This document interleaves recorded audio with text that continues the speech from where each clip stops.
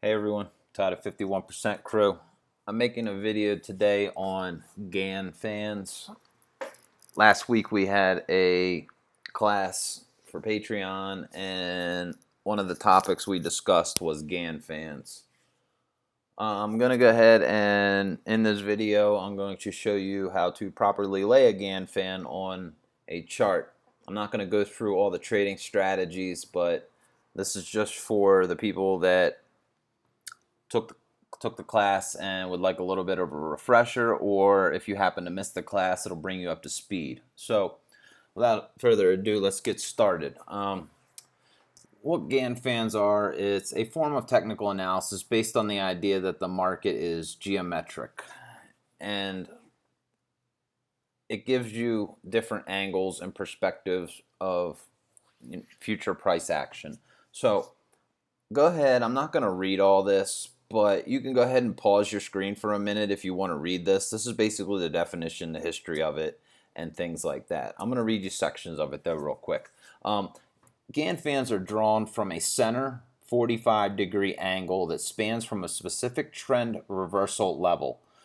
Traders will draw a Gann fan at a reversal point to seek to detect the direction of a security price going forward. Okay, so what it is all of them are drawn on a 45-degree angle, and it's lined up with your 1-to-1. So you're saying, Todd, how do I find a 45-degree angle? We'll go ahead and show you that.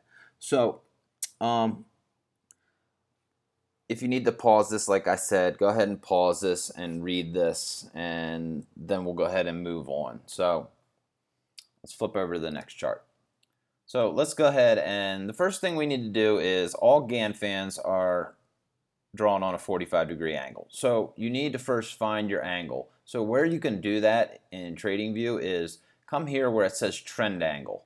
Okay, then we're going to pick our point of interest, and we're going to start, click it once, swing up, and then swing over until you're sitting at 45 degrees. Sometimes it's a little tricky with the mouse cursor, but you'll get it eventually. So here's a 45-degree angle drawn on my chart now. So now I've measured from here, and this is a 45 swoop from here. This will be 90 degrees straight up and down, obviously. Straight horizontal would be 180 degrees. So once we have the 45-degree laid on the chart, we go in here and we pull our Gann fan tool. So it's right here, Gann fan. Okay, so you're going to start here at the bottom. And what you're going to do is click your mouse once, swing your fan up, and then swing it over.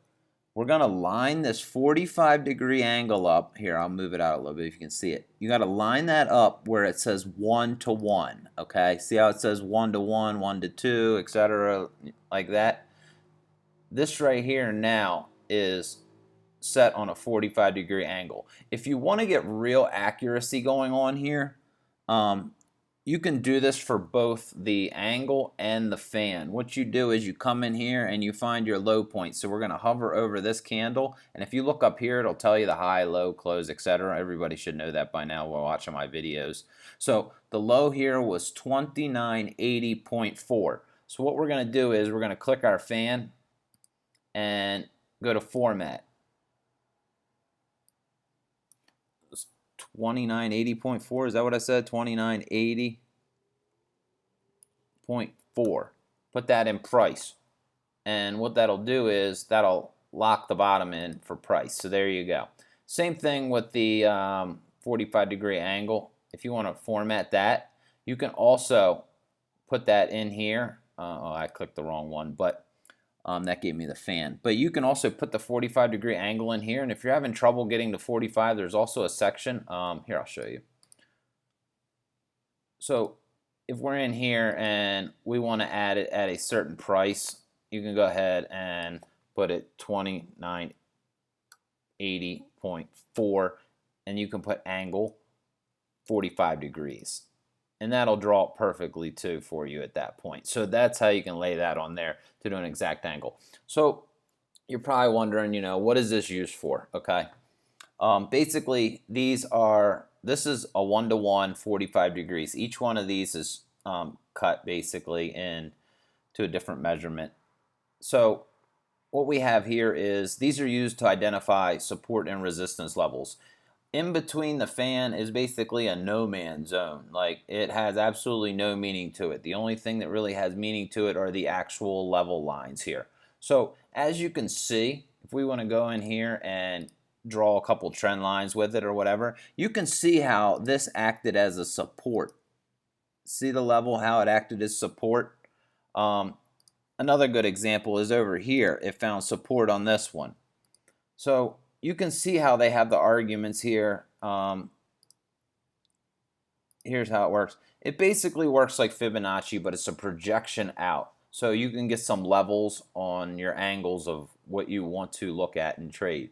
So this is pretty clear here. I mean, you can see right down the line actually. I mean, look at the resistance at this point. You can clearly see that these measure out your angles and they are effective. So if you want to apply these to your charts, it might be beneficial to you.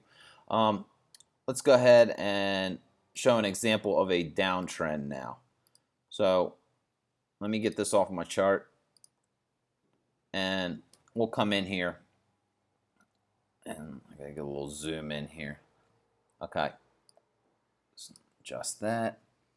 All right, so when you're doing this on a downtrend, obviously you want to have a negative 45. So let's start at the beginning how I did that before. I'll click here. I'll throw this out. Okay, so now I want to find the high of this candle. The high of this candle is 99.90. So let's go ahead and right click our mouse format. Change this to 99.90.0. We want a negative 45 degree angle. Okay, so now we're at 45 degrees here. So pull the fan here, obviously top point, swing down 1 to 1. Okay, now let's adjust this. Format 99.90.0. Okay. So it's pretty much that easy. You can tell at this point, if we go into a 4-hour chart now,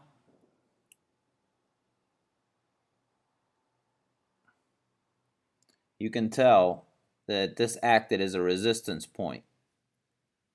So let's grab a trend line. See how this was right here and we couldn't break that resistance?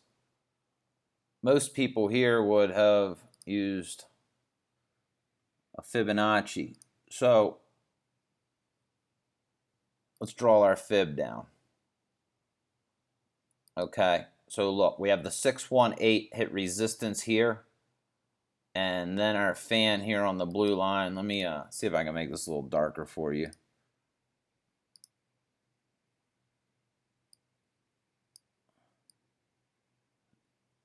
Yeah, there we go.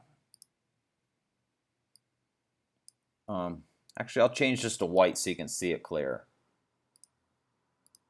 So you see how this acted as a resistance point? You see how it acted as a resistance point? See how it acts as a support and resistance point? Here is a support point. So that's in effect how you would use the Gann fan correctly and how to lay it on your chart.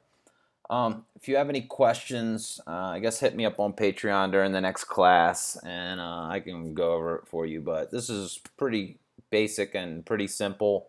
One thing to note though, we were discussing this in the class. When you move this angle will change here, but it doesn't actually change when you zoom in and out. You can lock this, but there's no point really to after you've laid the fan because obviously it stays at the same point of interest. But if you see this moving offline or whatever, don't freak out. It's normal. So that's pretty much it. That's the Gann fan. How to lay it on the chart, what it's used for, and maybe later on we can discuss strategies with this and things or whatnot. But I'm gonna leave you with that tonight. Keep this video short, and thanks for tuning in. I'll see you in the next